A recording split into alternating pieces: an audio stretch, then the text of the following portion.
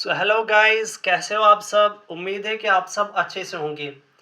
आज का जो हमारा नया टॉपिक है दैट इज़ मैग्नेटाइजेशन। अब ये मैग्नेटाइजेशन होता क्या है, यहाँ पे कुछ मैग्नेट जैसा नहीं बनता है, लेकिन अब वही देखेंगे ये मैग्नेटाइजेशन होता क्या है। असल में ये भी एक प्रोसेस ही होता है। तो वही आज देखेंगे हम कि इस प्रोसेस में, इस मैग्नेटाइजेशन प्रोसेस में होता क्या है। असल में ये जो मैग्नेटाइजेशन प्रोसेस है ये होता है प्रोटॉन्स के अलाइनमेंट। क्या होती है, ये होती है प्रोटॉन्स की अलाइनमेंट।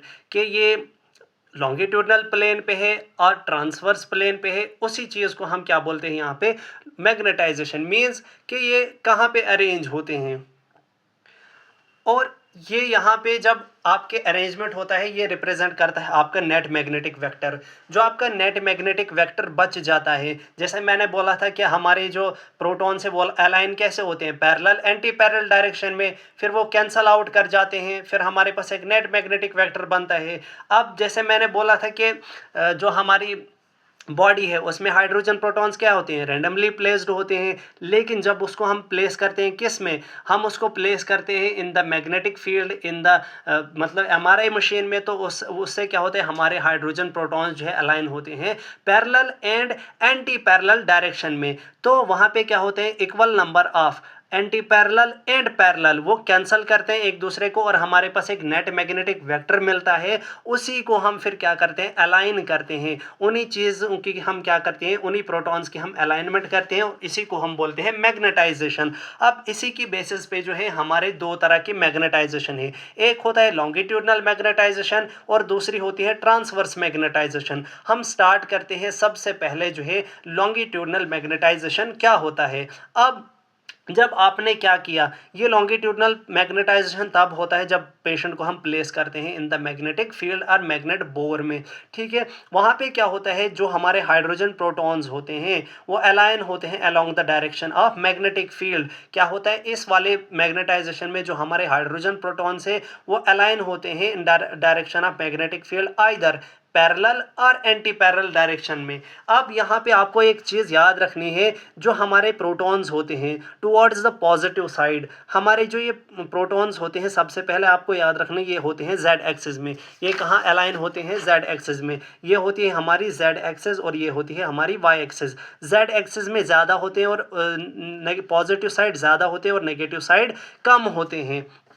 अब वही मैंने बोला, पॉजिटिव साइड क्या होंगे, ज़्यादा प्रोटॉन्स और नेगेटिव साइड कम होंगे। फिर क्या होगा, इक्वल नंबर ऑफ पैरेलल और एंटी पैरेलल कैंसिल करेंगे जैसे मैंने ऊपर कहा। तो हमारे पास क्या बचेगा, देखो यहाँ पे ज़्यादा ऊपर है नीचे कम है। तो जहाँ पे इक्वल नंबर मीन्स ऊपर जितने होंगे नीचे जितने होंगे, मीन्स ऊपर भी 5 है नीचे भी 5 है। ऊपर अगर 7 है नीचे 5 है, तो 5 5 कैंसिल होगा और 2 ऊपर बच जाएंगे। और यही हमारा क्या बनेगा, नेट मैग्नेटिक वेक्टर। क्या बनेगा, ये हमारा नेट मैग्नेटिक वेक्टर बन जाएगा कहाँ, positive side of Z axis. और यही जो है फिर इसको हम शो करते हैं कहाँ पे, ए जेड एक्सिस में। और यही प्रोटॉन्स क्या करते हैं, स्पिन करते हैं around the main magnetic field, जो हमारे पास मैग्नेटिक फील्ड होते हैं उसकी। और इसी को बोलते हैं लॉन्गिट्यूडनल मैग्नेटाइजेशन। इसके बाद जो हमारे पास आता है दैट इज ट्रांसवर्स मैग्नेटाइजेशन। क्या है ट्रांसवर्स मैग्नेटाइजेशन, लॉन्गिट्यूडनल जो है हमारे पास लॉन्गिट्यूडनल प्लेन में मीन्स जेड एक्सिस में आपको मिलेगा, लेकिन ट्रांसवर्स आपको मिलेगा ट्रांसवर्स प्लेन में। मीन्स एक्स वाई प्लेन जो आपका होता है, ये जो होता है एक्स वाई प्लेन मीन्स ऐसे यहाँ एक्स होता है और यहाँ पे वाई, एक्स वाई प्लेन में जो आपको मिलेगा क्या, ट्रांसवर्स मैग्नेटाइजेशन।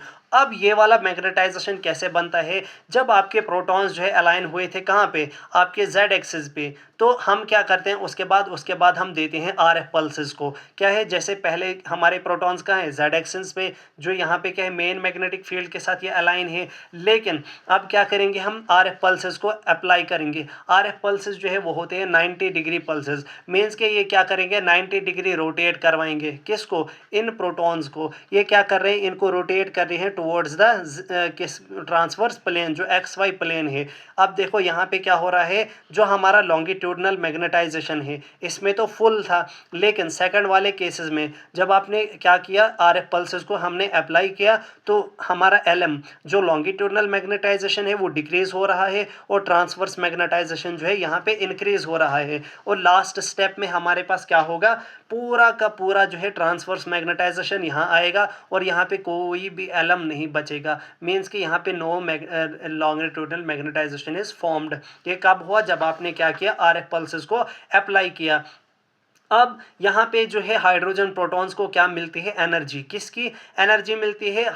ये आरएफ पल्सेस की एनर्जी। आरएफ पल्सेस होते हैं एनर्जी की एक फॉर्म्स होती है जो एनर्जी देते हैं अपनी हाइड्रोजन प्रोटॉन्स को, जिससे ये क्या करते हैं, अपनी high energy state, high energy state जो है यही होता है ट्रांसवर्स प्लेन में, एक्स वाई प्लेन में ये चले जाते हैं। अब आपको यहाँ पे एक चीज़ याद रखनी है, व्हाट इज़ रेजोनेंस। रेजोनेंस हो गया जो फ्रीक्वेंसी होती है आरएफ पल्सेस की, जब वो किन को देते हैं, जब वही फ्रीक्वेंसी हाइड्रोजन प्रोटॉन्स को देते हैं, इस वक्त क्या होता है, जो फ्रीक्वेंसी आरएफ पल्सेस की थी वही फ्रीक्वेंसी बन जाती है हाइड्रोजन प्रोटॉन्स की भी। मीन्स के the frequency of hydrogen protons is equal to the frequency of RF pulses is known as resonance. ठीक है, इसी चीज़ को हम क्या बोलते हैं? रेजोनेंस। वही मैंने यहाँ पे आपको समझाया था कि लॉन्गिट्यूडनल मैग्नेटाइजेशन थी हमारी, हमने आरएफ पल्सेस को अप्लाई किया तो यहाँ पे क्या हो गया, हमारा एलएम जो है डिक्रीज हो रहा है और टीएम ट्रांसवर्स मैग्नेटाइजेशन इंक्रीज हो रहा है, और लास्ट पे हमारे पास पूरा का पूरा ट्रांसवर्स मैग्नेटाइजेशन आया और